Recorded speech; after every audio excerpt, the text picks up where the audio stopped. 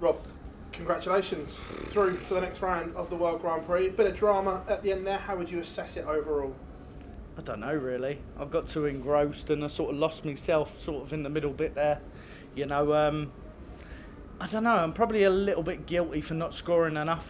And if I could change that, I'd probably feel happy for the way I'm getting off. But overall, look, really glad to just sort of get over the line. I'm still what now? Honestly, so what up there? This was a tournament you never really got your head around, and you had a good run last year and back winning again. Do you feel that you finally mastered this in your own head? Because I remember the demons that used to cause you upstairs.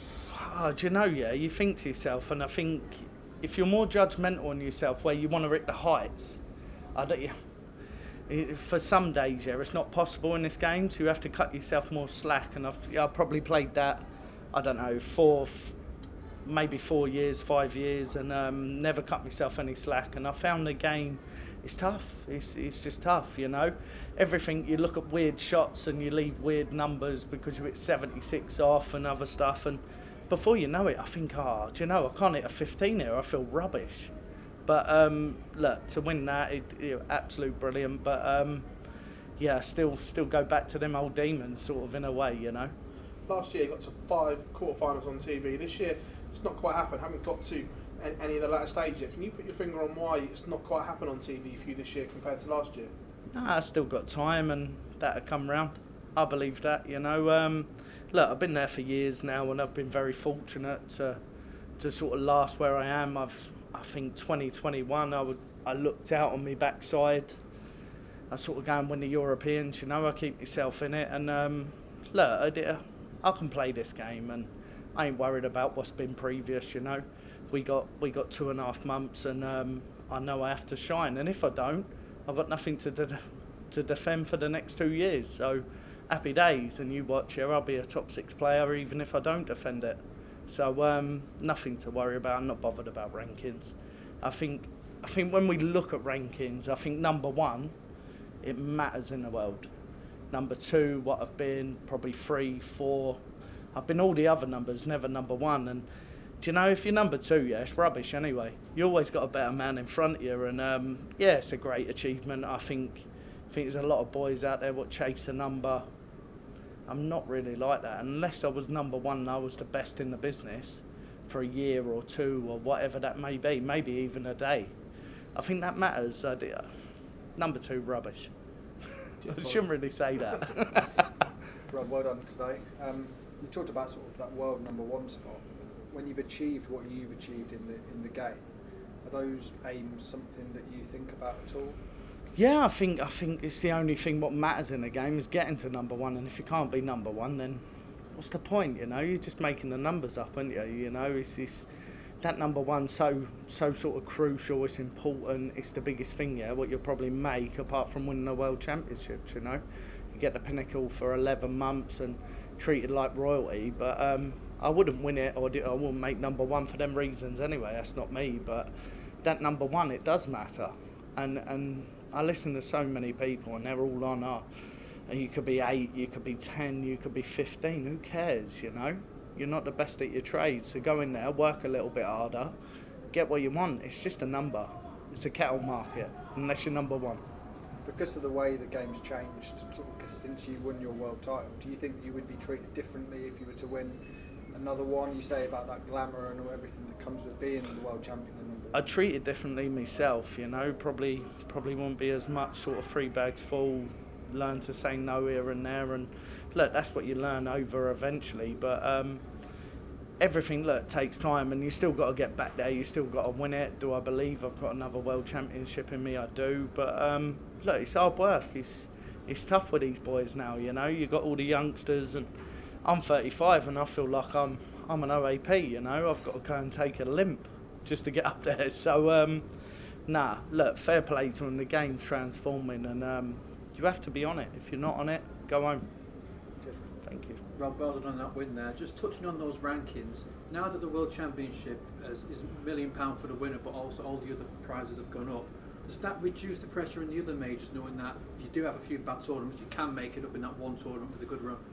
Yeah, I suppose so, but look, it's not like that. I think if you have if you have a bad welds like I did last year, for instance, you know, it hurts you for a month or two. You know, I still come out, had a month I couldn't hit the board in Bahrain, and then all of a sudden I'll go and win the Dutch Masters last year. So look, it's one of them. There is time to make it up, but if you're chasing that overall, that £1 million, then gonna be tough. Got to be a winner. Cheers, Rob. Thank you. Thank you. Do you think you've still got what it takes to potentially become world number one in your career? Yeah, I'm still alright. I keep paying all these people to sort my head out, and there's no one there, so they can't sort it out. I'm sure I'll keep trying, but look, I always try. I'll go out there, I'll wear my heart on my sleeve. I'm sort of I'm my own kryptonite really sometimes, because I can put a lot on myself like I did tonight. You know, I hit funny positions in the game where I think to myself, something, what you want to do easy, but you can't, you know, it's just, you're over pushing it and you're over trying, and sometimes you just got to take a look at yourself and think to yourself, just put it away, you know, just be normal, because if you're normal you can hit most. Would it be fair to say, and I mean, obviously retire for yourself is still a long time away, but if you did retire without not as long as what you think. if you did retire without ever achieving that world number one status, do you think you'd look back and be disappointed? Maybe personally, but look, a great man, he said to me once, he said, an opportunity will never pass you by if it was meant to be.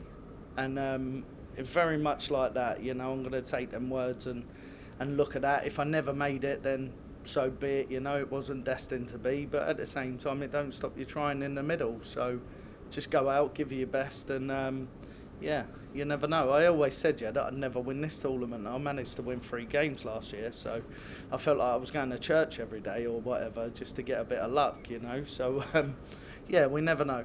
We never know. Thank you. Congratulations, Rob. When the draw came out last week, Cool, we going some, aren't we? Yeah, about like 30 people here, Josh. What's going on? Popular, this mate. is limitless. Sorry, mate. No, go on. worries. Go When on. the draw came out last week, what did you make of the draw, and especially with Wessel winning a Pro Tour last week? Did that make sort of the task even harder? No, not really. Look, I think my first year I won in Ireland and I won a Pro Tour the day before we went and played the next day for the Monday and stuff, and I went in there and I still played like a Scooby, you know. Steve Beaton done me up for the first 2 years. His experience is great, and he smacked me all over the place, you know. If it was a boxing match, I would have had 2 black eyes and a broken chin, you know. So no, realistically that didn't matter to me, you know. This is a different game. It's Wessel's first time playing it and all, and it's took many years for me to try and get my head around this game. So if he was going to be anything like me, you know, you can't go out and just grab what you want straight away. Sometimes you have to learn it, and then you get other people like the Decker last year go on to win it. So it's horses for courses, and I suppose I'm just glad to sort of be there. Hopefully I improve Wednesday. And did your experience get you through, do you think? Yeah, I did. I think experience, look, it's important. I think I stand up there and I try not to put pressure on myself, and I shouldn't put pressure on myself because I've probably been there however many other times. Last leg there I was probably a little bit guilty on the 70 not to kill it, give him a shot at 127, and Josh was telling me how close he was to the ball. I never even looked, you know, so looked to the clouds, but look, happy still to be in. We move on, and yeah, I have to improve Wednesday.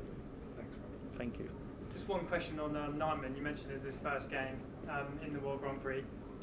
How difficult is it to play against him as a competitor? Not really. I think, look, we all play darts. I think sometimes, yeah, look, darts is darts, you know, and we all got different personalities and stuff, and I think he's fantastic, and for what he's achieving and what he's been through in life and other stuff with the upgrade with the darts, look, I tip my hat to him.